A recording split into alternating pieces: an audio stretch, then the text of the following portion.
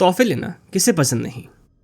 जब भी हमें हमारे जन्मदिन पे या फिर किसी खास दिन पे कोई तोहफा मिलता है तो वो खुशी अलग ही होती है और बयान नहीं की जा सकती। तोहफे लेने में जितना अच्छा लगता है उतना ही अच्छा अपने किसी करीबी को तोहफा देने में भी लगता है। उनके चेहरे की खुशी आपको भी खुश कर देती है। लेकिन कैसा हो अगर आपका दिया तोहफा किसी अपने को खुशी की जगह तकलीफ दे। तो दोस्तों यही जानेंगे हम आज की कहानी में कि कैसे एक आदमी जो अपने घर खर्च के लिए दिन रात ट्रक चला के पैसे जोड़ता था, वो एक दिन अपनी बेटी के लिए एक ऐसा तोहफा लाया जिसके बाद उसकी बेटी की ज़िंदगी ही बदल गई। तो दोस्तों कहानी में आगे बढ़ने से पहले अगर आप भी चाहते हैं कि मैं आपकी कहानी अपनी आवाज़ में सुनूं तो आप लोग अपनी कहानी मुझे भेज सकते हैं aphaseen102@gmail.com पे। मैं ज़रूर आपकी कहानी सुनाना पसंद करूँगा। तो चलिए दोस्तों बिना देरी के सीधा बढ़ते हैं आज की कहानी की तरफ।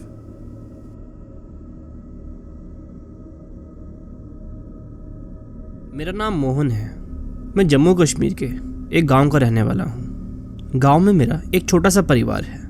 मैं, मेरी बीवी और 7 साल की एक बिटिया।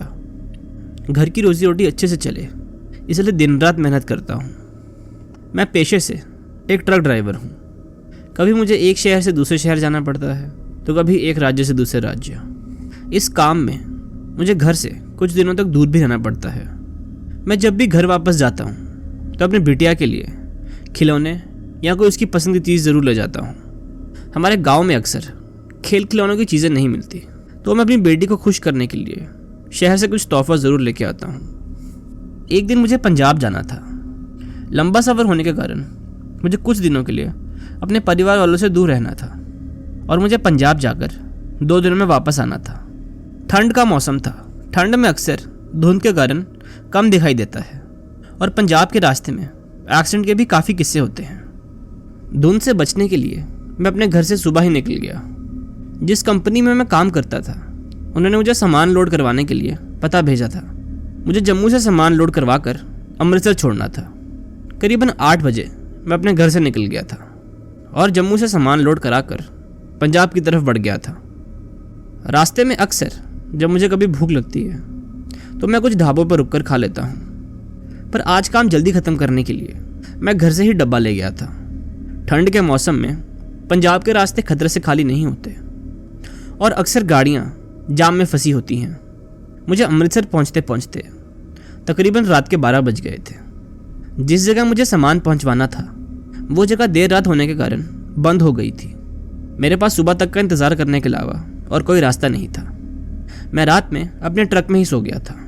सुबह 10 बजे के करीब दुकान खुलने पर मैंने सामान की डिलीवरी कर दी और 12 बजे तक अपने गांव वापस लौटने को निकल गया। मैं सही समय पर घर पहुंच जाता, पर पठानकोट से जम्मू के रास्ते में जाम के कारण जम्मू पहुंचते पहुंचते मुझे रात के 11 बज गए। जम्मू से आगे मेरे गांव का रास्ता 1-2 घंटे का है। बीच रास्ते में मुझे याद आया कि मैंने अपनी बेटी के लिए इस बार कोई तोहफा नहीं लिया। घर पहुंचने की जल्दी के कारण मैं भूल गया था। तभी हाईवे के किनारे एक चिप्स कोल्ड ड्रिंक वाली छोटी सी किराने की दुकान दिखी। मैंने अपनी ट्रक उस दुकान के पास रोक दी। मैं अपनी बेटी के लिए कुछ खाने को लेने लगा था। तभी मेरी नज़र एक गुड़िया पे पड़ी। मैं वो गुड़िया देखकर खुश हो गया और मैंने सोचा कि ये गुड़िया देखकर मेरी बेटी बहुत खुश होगी, तो मैंने दुकानदार से वो गुड़िया भी खरीद ली। मेरी बेटी के चेहरे पर खुशी देखने से ज़्यादा मुझे और किसी चीज़ में खुशी नहीं मिलती। रात के 1 बजे के करीब मैं अपने घर पहुंच गया था। मेरी बेटी सो रही थी, इसलिए मैंने उसे उठाकर उस समय तोहफा नहीं दिया। सुबह उसकी आंख खुलते ही वो मेरे पास आई। उसे जब मैंने उसको तोहफा दिया तो उसके चेहरे पे जो बड़ी सी मुस्कान थी वो देखकर मेरा दिन बन गया। वो घर के बाहर जाकर खटिया पे बैठकर उस गुड़िया के साथ खेलने लगी। मेरे तोहफे लाने पर अक्सर मेरी बीवी मुझ पर गुस्सा होती है। उसका कहना था कि मेरी इस आदत से वो बिगड़ जाएगी। बेटी को हंसता खेलता देख मैं खुशी खुशी नाश्ता कर अपने खेत पे काम देखने को चला गया। शाम को वापस लौटने पर देखा कि मेरी पत्नी मेरी बेटी को बिस्तर पर लटाकर उसके सर पर पट्टी कर रही थी। ये देखकर मैं घबरा गया। मैं तुरंत ही अपनी बेटी के पास गया और उसके माथे पर हाथ लगाया।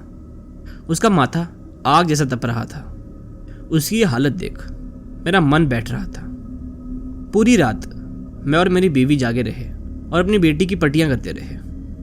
सुबह होते ही हम उसको पास के एक सरकारी अस्पताल में ले गए।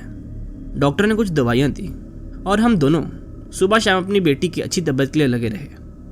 समय पर दवाई देना, परहेज वाला खाना खाना, और मैं उसके लिए और भी कई सारे खिलौने लेके आया था। पर न जाने क्यों वो अपनी नई वाली गुड़िया के साथ ही लेटी रहती थी। एक एक दिन बीतता गया पर मेरी बेटी की तबीयत में कोई सुधार नहीं आया। अचानक एक दिन मेरी बेटी की एक अजीब सी और दिल दहला देने वाली चीख हमें सुनाई दी। दोपहर का समय था। हमारी बेटी पायल अंदर पलंग पर आराम कर रही थी। मैं और मेरी पत्नी बाहर खटिया पर बैठे थे। तभी अचानक हमें हमारी बेटी की चीख की आवाज़ आई। हम दोनों भागते हुए अंदर गए। पायल पलंग के ऊपर खड़ी अपने हाथों को देख रो रही थी और दर्द के कारण उसकी चीख निकल रही थी। पास जाने पर मैंने देखा कि पायल के दाएं हाथ के लगभग सारे नाखून टूट गए थे और उसमें से लगातार खून बह जा रहा था। मुझे समझ नहीं आ रहा था कि आखिर सोए हुए में ऐसा कैसे हो सकता है। जैसे ही मैंने उसको बिस्तर पर वापस बिठाया, हमारी नज़र पायल के पीछे वाली दीवार पर पड़ी। उस दीवार पर खून के निशान थे और देखकर ऐसा लग रहा था मानो इसे हाथ की उंगलियों से नोचा गया हो। ये देखकर मैं और मेरी बीवी आश्चर्यचकित रह गए। हमने पायल की उंगलियों पर मरहम लगाया और आराम से पूछा कि ऐसा क्या हुआ था। आज से पहले पायल ने कभी ऐसा कुछ नहीं किया था और उसकी बातें सुनकर ऐसा लग रहा था कि मानो उसे याद ही ना हो कि उसे चोट कैसे लगी। वो बस एक ही बात बोल रही थी कि जैसे ही मैं सो के उठी मेरी उंगली से खून आ रहा था। उसकी ये बात सुन के मुझे कुछ समझ नहीं आया।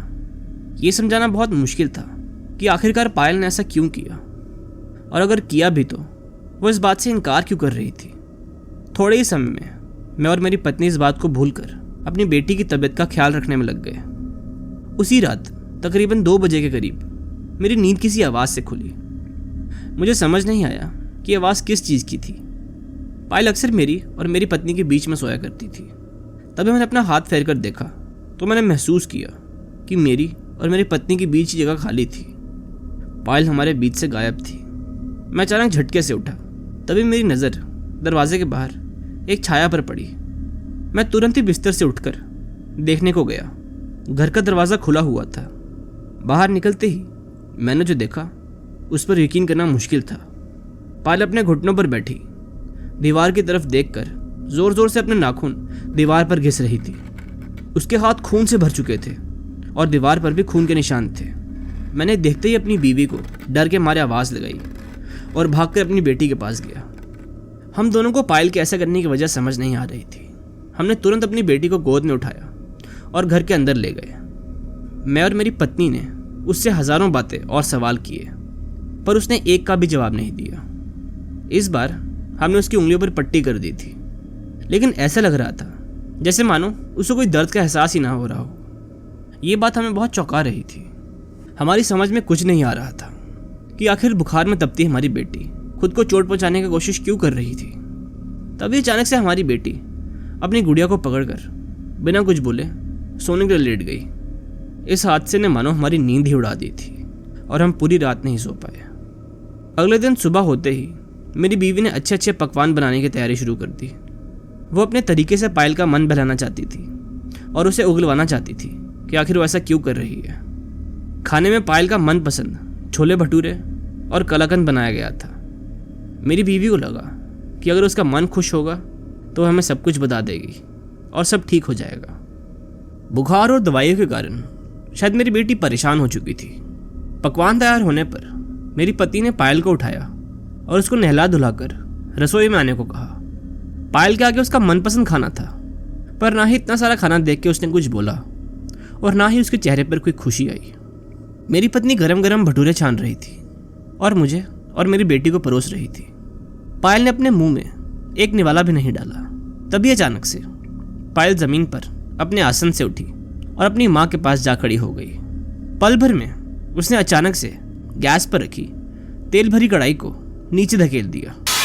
मैं कुछ समझ पाता उससे पहले जोर से मुझे मेरी पत्नी की चीखने की आवाज़ आई। मेरी पत्नी के पैर खौलते गर्म तेल से जल चुके थे और ये सब होने पर पायल अपने चेहरे पर बिना किसी शिकन के घर से बाहर जाने लगी। मैं तुरंत ही उठकर अपनी पत्नी के पास गया। वो दर्द में चीख रही थी। मैं जैसे ही पायल की ओर गुस्से में जाने लगा तो मेरी पत्नी ने मुझे झूठी तसल्ली देते हुए बोला कि कढ़ाई गलती से गिरी और ना कि पायल ने उसे जानबूझकर गिराया। हम दोनों सच्चाई को जानते थे, पर कहीं ना कहीं उसको मानने से इनकार कर रहे थे। हमारी प्यारी सी 7 साल की बेटी पायल, जो कि हमेशा हंसती खेलती थी, आज उसे देखकर समझ नहीं आ रहा था कि क्या वो मेरी ही बेटी है। मैं अपनी पत्नी के जले हुए पैर पर मरहम पट्टी कर रहा था और फिर तसल्ली से अपनी बेटी से बात करने के लिए मैं घर से बाहर गया। मैं खुद भी बात की गंभीरता समझ नहीं पा रहा था कि आखिर मेरी बेटी की इन हरकतों का क्या कारण होगा। जैसे ही मैं बाहर अपनी बेटी से बात करने को गया तो देखा कि वो बड़े अजीब तरीके से खड़ी, सर को ऊपर करके पेड़ को देख रही थी। मैंने 2-3 बार आवाज़ देकर उसे बुलाने की कोशिश की, पर ऐसा लग रहा था कि मानो उस तक मेरी आवाज़ नहीं पहुंच रही हो। ऐसा कभी भी नहीं हुआ था। मैं आवाज़ देते देते उसकी तरफ आगे बढ़ रहा था, पर उसने एक बार भी मेरा जवाब नहीं दिया। जैसे ही मैं उसके पास पहुंचा, मैंने बड़े ही प्यार से उसको घर चलने के लिए बोला। तभी अचानक वो मेरी तरफ मुड़ी और वो बोली, मैं नहीं आऊँगी उस घर, वो मेरा घर नहीं है, और तुम मुझे अपनी बेटी बोलना बंद करो, मैं तुम्हारी बेटी नहीं हूँ। ये बात अपनी बेटी के मुँह से सुनकर मैं घबरा गया। मैंने तेज़ लहजे में उसको बोला, बहुत हो गई बदतमीजी, क्या हो गया तुम्हें, चलो तुरंत घर चलो। मेरे बोलते ही वो ज़ोर ज़ोर से अपना सिर पेड़ पर मारने लगी। मैं किसी तरह उसको काबू में लाया और घर लेकर गया। उसकी बोली हुई बातों के साथ एक और बात मुझे डरा रही थी कि उसने सारी बातें अपनी आवाज़ में नहीं बल्कि एक अलग आवाज़ में बोली थी।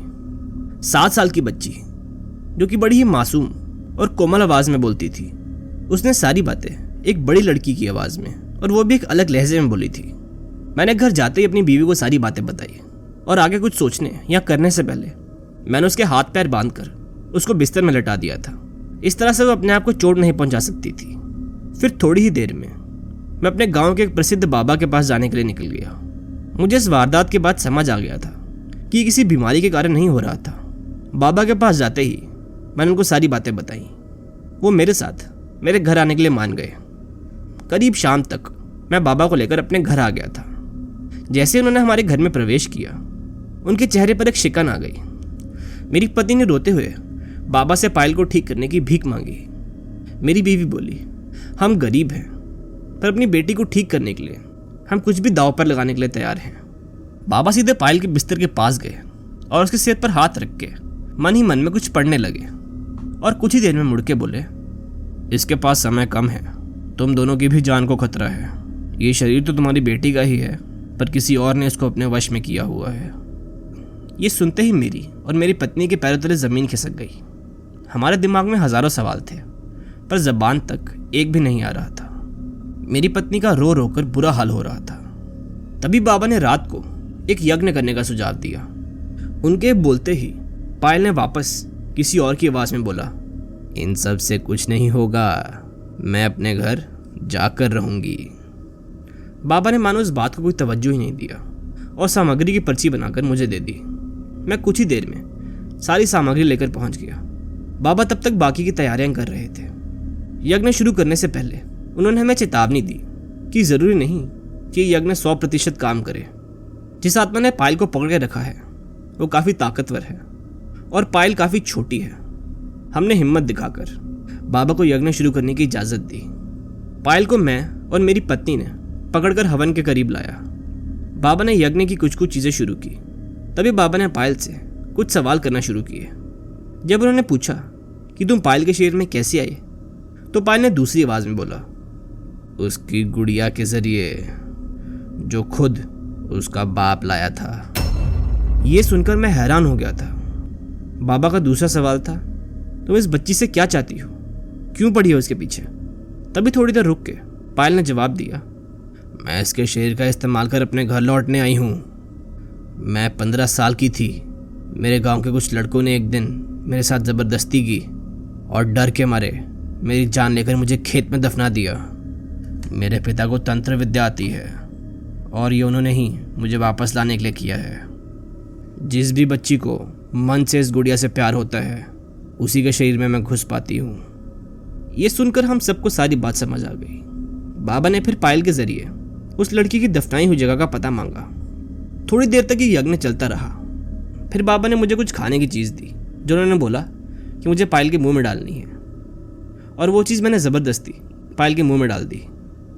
यज्ञ समाप्त होते ही बाबा ने मुझसे वो गुड़िया मांगी और रात को ही इस गुड़िया के साथ उस गांव जाने को बोला जहां उस लड़की की लाश दफन थी, और उस लड़की की दफनाई हुई जगह पर इस गुड़िया को आग लगाने को बोला। मैं यह सब करने को तैयार था, पर घर पर अपनी पत्नी और बेटी को अकेला छोड़कर जाना मेरे मन को भारी कर रहा था। पर अपनी बेटी की जान के खातिर मैं तुरंत ही उस गांव के लिए निकल गया और बाबा की बोली हुई बातों का पालन किया। अगले दिन 12 बजे दोपहर तक मैं वापस आ गया था, और जब मैं घर के दरवाजे से अंदर घुसा तो मेरी बेटी ने बड़ी सी मुस्कान के साथ मुझे गले लगाया। सब कुछ मानो ठीक हो गया था, पर इस हादसे को दिमाग से निकालना बहुत मुश्किल था। काला जादू, तंत्र विद्या आपको कभी भी झांसे में ले सकती है, आपकी हंसती खेलती जिंदगी को कभी भी नजर लगा सकती है। तो दोस्तों, यहीं ख़त्म होती है हमारी आज की ये कहानी। आपको कहानी कैसी लगी मुझे कमेंट्स में ज़रूर बताइए। कहानी पसंद है तो वीडियो को लाइक करें और ऐसी और कहानी सुनने के लिए मेरे चैनल को सब्सक्राइब करें। मिलते हैं अगली वीडियो में कुछ और डरावनी कहानियों के साथ।